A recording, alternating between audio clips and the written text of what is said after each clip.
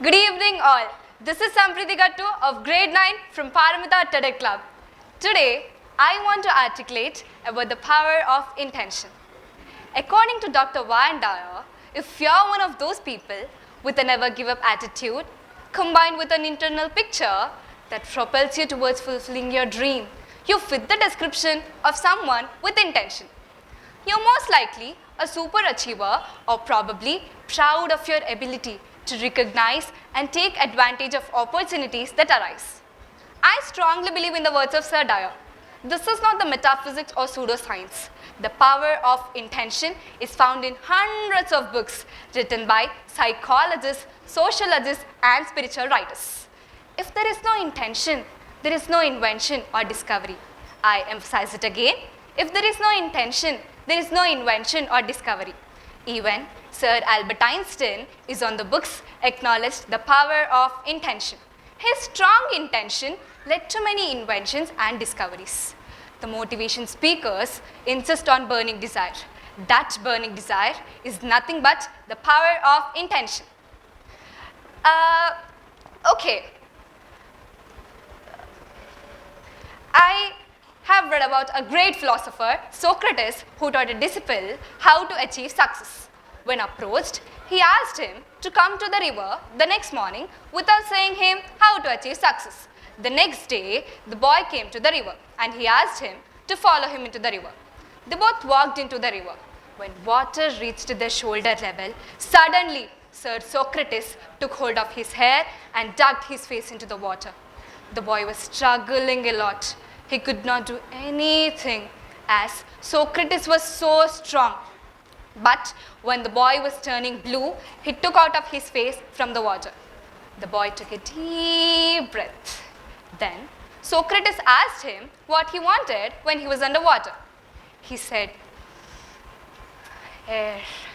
He said, when intention is to achieve something, the intensity of your intention should be equal to that of air you needed when you were underwater.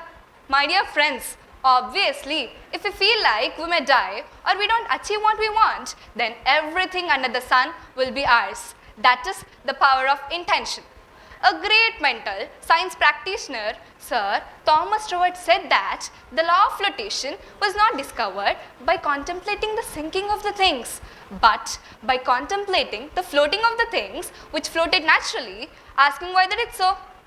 Before the discovery of law of flotation, people used to use wood, as it felt like wood never sinks in the water, but they did not put their energy on law of sinking. Finally, they realized that anything could float on the surface of water if it is lighter than the mass of the liquid it displaces. Then people started to build ships which are made up of iron. And today we can see the ships floating on the surface of ocean which are equal to 5 to 10 floor buildings. Here I want to emphasize that our intentions should not explore what is impossible. Let's think what is possible. If the people had put their energy on law of sinking, there wouldn't have been the study on law of flotation, and today we wouldn't have seen large ships floating on the water and submarines under the water. Let's think only about the possibilities. This is the living breath of our intention. According to Dr. Dyer, contemplation is everything to have a strong intention. What you intend to manifest. You must be very mindful on what you are placing your thoughts. Once again, I emphasize that I'm not presenting any pseudoscience. You must be able to connect yourself to intention. You can't access and work with intention if you are contemplating the impossibilities. We can't discover the power of awakening if we think about the things that are still asleep. Every single advancement that we see and take for granted was created by someone what they intend to manifest. In 1846, Dr. T.G. Morton, a young dentist of Boston, proved that any surgeries can be done by giving anesthesia. If his tenacity of discovering anesthesia had failed, many people across the world would have painful surgeries. Just imagine surgeries without giving anesthesia. Before the discovery of anesthesia, people's legs used to be amputated when they're full in sense.